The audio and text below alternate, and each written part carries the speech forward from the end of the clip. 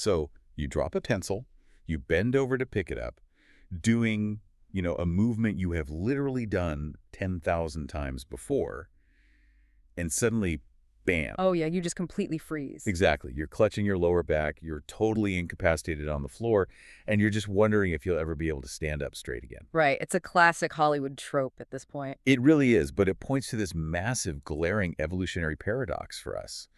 I mean, we are a species built to run across savannas, to endure long distances, to carry heavy loads. Yeah, we're built for endurance. Right. So why does the human spine, which is this absolute marvel of biomechanical engineering, seem to just randomly self-destruct? Welcome to the Deep Dive Lab. It really does feel like a design flaw, doesn't it? And scientists have actually been wrestling with an even bigger mystery hiding inside that whole paradox. Which is what? Well, when you actually look at the internal state of human spines, the narrative gets incredibly confusing. Like, you can look at an MRI of someone's spine and see what looks like an absolute disaster zone. Like just total structural collapse. Exactly. You'll see collapsed discs, bulging tissue pressing into spaces it really shouldn't be, bone spurs grinding against each other. Visually, you'd think the person should be in agonizing, relentless pain. Right, but they aren't always, are they? No, that's the crazy part. The patient whose spine is on that screen, they might be sitting in the waiting room in zero pain, completely unaware anything is even wrong. Okay, let's unpack this, because I found that detail in the research just absolutely mind-bending. For decades, the medical consensus treated the human spine basically like a piece of industrial machinery. Oh, absolutely. The logic was purely structural for a very long time. Right. If an X-ray or an MRI showed a degenerated spinal disc, doctors just assumed that anatomical damage was the direct source of the patient's back pain. Right. The machine is broken, so you have to go in and physically fix the broken part. Yeah, the foundational belief was simply that anatomical damage equals clinical pain. But that equation completely disintegrated when researchers finally started doing these broad, population-level imaging studies. On people who didn't even have back pain. Right, exactly. They took thousands of completely asymptomatic people with zero history of back pain, and put them inside MRI machines. And the results just baffled the medical community. Because their spines were messed up too? Oh, they were absolutely full of degenerated, bulging, dehydrated discs. So it forced scientists to ask a terrifying question, which is, how could the structural integrity of our core support system be failing so dramatically without the body's nervous system sounding the alarm? But wait, looking at it from a purely mechanical perspective, that lack of an alarm is kind of counterintuitive. How so? Well, think about a car.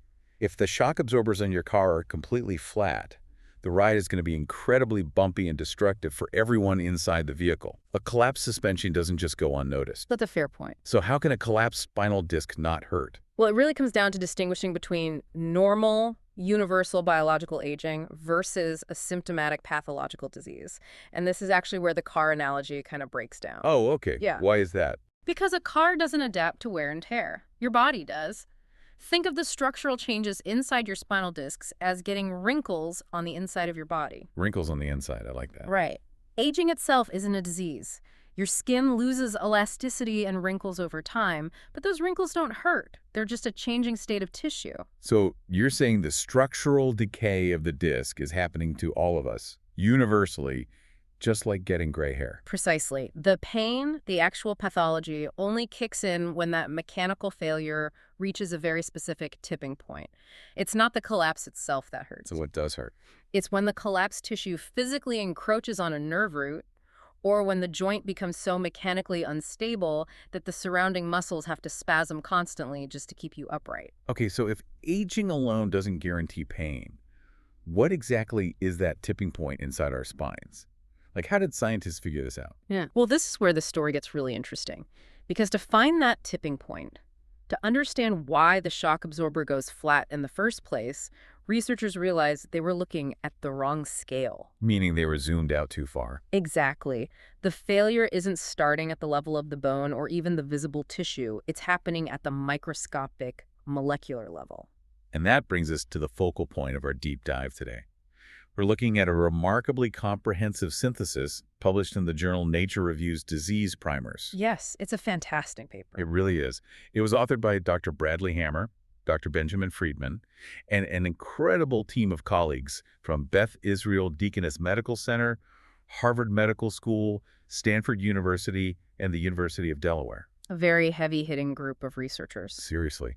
And they essentially managed to map out the exact molecular and mechanical cascade of spinal aging. They did. And to really grasp the magnitude of what they uncovered, we need a quick mental blueprint of spinal anatomy. Okay, lay it on me. So between each of your hard, bony vertebrae is an intervertebral disc. The classic analogy here is a jelly donut. Right. Everyone loves the jelly donut analogy. It works so well. The center is a gel-like substance called the nucleus pulposus. And surrounding that jelly center is a tough, highly organized fibrous outer ring called the annulus fibrosus. So the jelly and the tire. Exactly. But reading through this research, the absolute star of the show isn't the jelly itself. It's a microscopic molecule living inside that jelly called aggrecan. Yes, aggrecan is the key to everything. And the authors described it so vividly. If you zoom in on aggrecan, it looks exactly like a tiny bottle brush. No. It has this long central protein core, and sticking out from it are about 100 bristle-like side chains. Right, and those bristles are made of glycosaminoglycans, specifically chondroitin sulfate and keratan sulfate. But honestly, the chemistry isn't as important as the physics they create. And the physics here are just brilliant. Those bristles on the aggrecan molecule carry a highly negative electrical charge. And in biology, negative charges naturally attract positively charged ions, like sodium. Yep. And where sodium goes, water naturally follows. It's a mechanism called osmotic pressure. So this microscopic bottle brush is essentially a water magnet.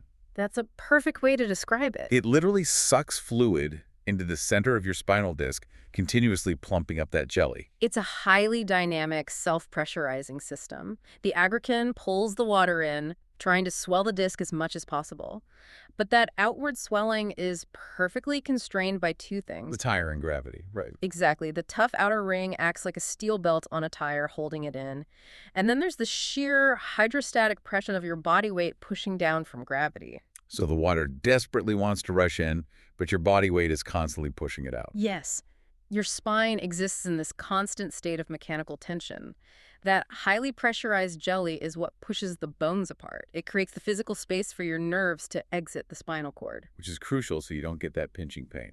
Right, and it gives your back its incredible ability to absorb shocks and move seamlessly in a million different directions. Which actually makes the central twist of this paper so shocking to me. Because we instinctively associate bad backs, herniated discs, and spine issues with old age. Oh, universally. Right. We picture gray hair, retirement homes, and then, disc degeneration. Yeah.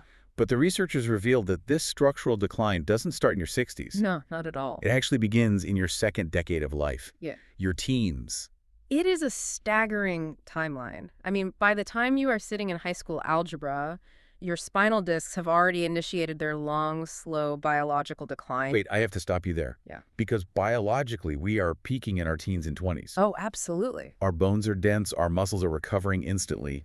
How is it possible that the body's most crucial structural support system is already dying before we're even old enough to rent a car? It seems like a massive biological oversight. It totally seems counterintuitive until you look at the cellular environment inside the disc itself. Okay, what's going on in there? Well, when we are developing in the womb and moving through early childhood, our discs are packed with specialized cells called notochordal cells. Notochordal cells. Right. You can think of them as highly efficient aggrecan factories. They just pump out these water-loving bottle brush molecules constantly, keeping the disc hyperhydrated and plump. But then, according to the paper, they just vanish. The factory shuts down. Yeah, they completely disappear by our late teens. They're replaced by mature chondrocyte-like cells.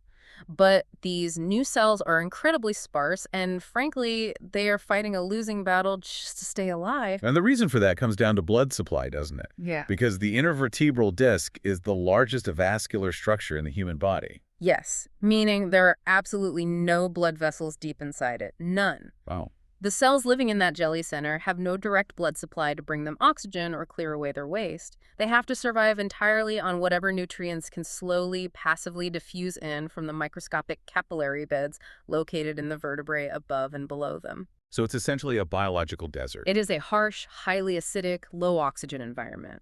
So without those original hyper-efficient notochordal cells, these sparse mature cells simply cannot synthesize aggrecan fast enough to replace what naturally breaks down from daily wear and tear. So they're basically suffocating, starving, and trying to rebuild a skyscraper with a crew of 3 people. That is exactly what is happening. And the population data they cite really backs up how quickly this failure cascades. I mean, by age 20, 16% of people already show definitive radiographic evidence of disc degeneration. And by age 70, that number rockets to a staggering 98%. 98%. It is nearly universal. Yes. The notochordal cells die off, the aggrecan bottle brushes degrade, the osmotic pressure drops, and the long, slow process of spinal dehydration begins. And this is where we see the biological shift turn into a mechanical disaster, right? Exactly.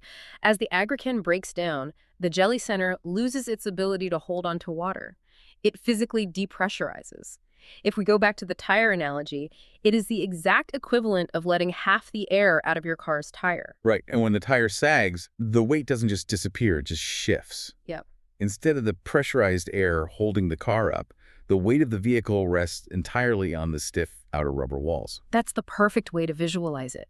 The compressive load of your body shifts away from the gel center and transfers directly onto that tough outer fibrous ring, the annulus fibrosus. But the biological architecture of that ring was never designed to bear the primary downward compressive weight of your body. No, it was designed to hold the jelly in. So you are basically asking a material to do a mechanical job it wasn't engineered for. And over years and decades, this abnormal stress causes the collagen fibers in that outer ring to experience microscopic tears. Right. The distinct layers of the ring start to delaminate, essentially peeling apart from the inside out. And this mechanical breakdown perfectly explains the severe physical pathologies we see in the real world. Like, when you hear about someone suffering a disc herniation, this is exactly what has happened. Yes. The outer tire becomes so weak, frayed, and torn from years of bearing abnormal pressure that a sudden movement— Like bending over to pick up that drop pencil. Exactly. That simple movement causes the remaining jelly to just break right through the weakened wall and spill out into the spinal canal. Or spinal stenosis, which is another major outcome detailed in the research. As the disc depressurizes and completely flattens out, the vertical space between your vertebrae collapses. And the physical tunnels where your nerves exit the spinal cord start to narrow and pinch shut, which leads to chronic radiating pain. And the location of the failure is purely dictated by physics, isn't it? It is. Your lumbar spine, your lower back, takes the absolute brunt of this degeneration because it bears the greatest axial load. Right, because it has to physically support the entire weight of your torso, head, and arms. That's exactly why lower back herniations are so incredibly common compared to thoracic or mid-back issues. Okay, so this paints a pretty grim picture. I mean, if the aggrecan factory permanently shuts down in our teens, and 98% of us are going to experience this structural decay, what's this all mean? Are we all just sitting on a biological ticking time bomb? Right. Are we just doomed to eventually throw our backs out? Thankfully, no, not at all. And this is where the Nature Reviews paper transitions from basically an autopsy of the spine to offering some incredibly empowering insights. Oh, good. We need some good news here. We really do. We have to remember the paradox we started with. An ugly MRI does not mean you are destined for a life of pain. The human nervous system and musculoskeletal system are remarkably adaptable. But scientists still needed to know what pushes some people over the edge into severe pathology while others remain pain-free, right? Exactly. And to figure that out, they relied on massive twin studies. And twin studies are basically the gold standard for this kind of mystery because they allow researchers to separate nature from nurture. You have 2 people with the exact same genetic blueprint, so any differences in their spinal health have to come from how they live their lives. Yeah. And the twin data was just illuminating. They found that genetics absolutely load the gun. For example, the researchers highlighted variations in specific genes, like the COL1A1 gene. And breaking that down, the COL1A1 gene is responsible for producing type 1 collagen, which is the primary structural protein that makes up the strong outer ring of your spinal disc. The tire. Right, the tire. Precisely. So if you inherit a variant of that gene that produces slightly weaker or less organized collagen threads, your outer ring is naturally going to have a lower tensile strength. Makes sense. So when the jelly depressurizes and the weight shifts to the outer tire, a genetically weaker tire is going to delaminate and tear much faster. So you inherit a baseline susceptibility. But your lifestyle, the mechanical environment you create for your spine, that is what pulls the trigger. And two specific lifestyle factors from the research really jumped out at me because the numbers are just hard to ignore. The first is smoking. Oh, huge factor. In these twin cohorts, if one twin smoked and the other didn't, the smoking twin consistently showed an 18% greater disc degeneration score. And we can trace that directly back to the avascular nature of the disc we discussed earlier. The disc already has an atrocious, barely there blood supply. Right. Nicotine is a potent vasoconstrictor. It physically shrinks and constricts the tiny capillary beds at the edges of the vertebrae. You're taking a group of cells that are already starving for oxygen and nutrients, and you are actively choking off their only supply line. Exactly. It radically accelerates cellular senescence and death. Wow. And the second massive factor the researchers highlighted was obesity. The paper states that having a high body mass index carries a shocking odds ratio of 14.19 for the severity of disc degeneration. Over 14 times more likely. That means you are over 14 times more likely to have severe structural decay. That is massive. Again, we return to the pure physics of the system. Your lower lumbar discs are already struggling to maintain osmotic pressure against the weight of your upper body. When you add significant excess weight to the torso, you drastically increase the downward axial compressive load. You're forcing an already dehydrating disc to bear an exponentially higher burden. Right, which accelerates the microscopic tearing of the outer ring. You are mechanically crushing the system faster than it can attempt to repair itself. Okay, so we connect this to the bigger picture. The protective measures are pretty clear and actionable. Don't smoke to preserve whatever microscopic blood flow you have left, and manage your weight to protect the physical mechanics of the joint. Yes. But what is the medical community doing when the prevention fails? When the disc does herniate, the nerve is compressed, and you're incapacitated on the floor. Well, this research is actually driving a radical shift in society's entire approach to medicine. Neck and lower back pain represent one of the most massive global disability burdens on the planet. But because we now understand the molecular mechanisms and we know that most disc pathology is actually self-limiting. Wait, self-limiting, meaning the body heals it. Yes, meaning the immune system eventually clears away the herniated jelly and the acute inflammation subsides on its own. Because of that, the entire treatment paradigm has pivoted. So the era of rushing a patient into the operating room to surgically fix every ugly MRI is ending. It is entirely shifting toward conservative management. Non-operative treatments are the absolute mainstay now. Physical therapy to strengthen the surrounding core muscles and stabilize the joint, anti-inflammatory medications to manage the flare-ups, and most importantly, time.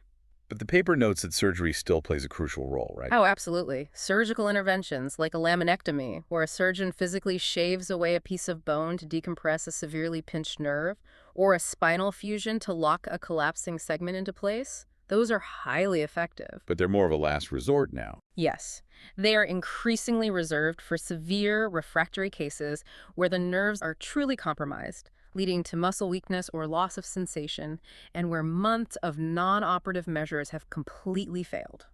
And looking toward the horizon, the future of spinal medicine outlined in this paper is just fascinating.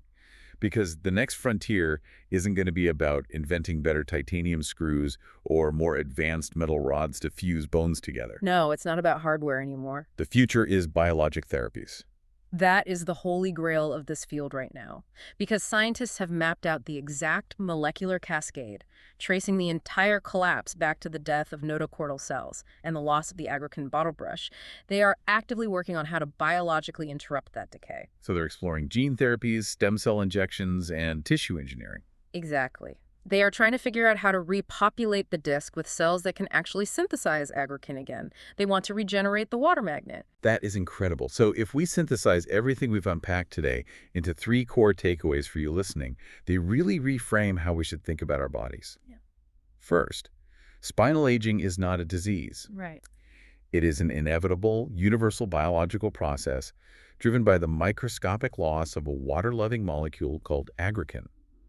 And surprisingly, that dehydration process starts in your teens. Second, the structural state of your spine does not automatically dictate your quality of life. What looks like an absolute disaster zone on an MRI does not equal a life sentence of chronic pain. The human body is incredibly adaptable, and minor structural failures often resolve silently. And third, While genetics heavily influence the structural integrity of your collagen and your baseline risk, you are not powerless. You can actively protect your spine's mechanics. Maintaining a healthy weight to reduce shear mechanical stress and avoiding smoking to preserve the fragile blood flow to your discs will significantly delay that degenerative cascade. It really represents a profound philosophical shift in how we view the aging process itself. Science is teaching us that our bodies are not static, fragile machines waiting to break. They are in a constant, dynamic negotiation between biological synthesis and mechanical wear and tear. Yeah, that's a great way to put it. Growing older isn't a flaw in the system. It is simply a changing mechanical state that we are slowly learning to navigate, understand, and eventually support. It definitely makes you appreciate the sheer engineering of your own back, even on the days when it aches. But, reading about how perfectly balanced this system is and how gravity is essentially the antagonist constantly pushing the water out of our discs, it made me think about the future of human exploration. Oh, really? How so? Well, this raises an important question. If the hydrostatic pressure of Earth's gravity is the constant enemy of the aging disk, what happens to human spines if we become an interplanetary species? Oh, right. If astronauts spend years in the zero-gravity environment of space, or if we build colonies on the moon where gravity is only a fraction of what it is here, does the osmotic pressure of aggrecan finally win? That is a fascinating thought. Without gravity constantly squishing the water out, could leaving Earth actually be the ultimate cure for spinal degeneration? Or would the lack of gravity cause the discs to overhydrate and create an entirely new kind of mechanical disaster?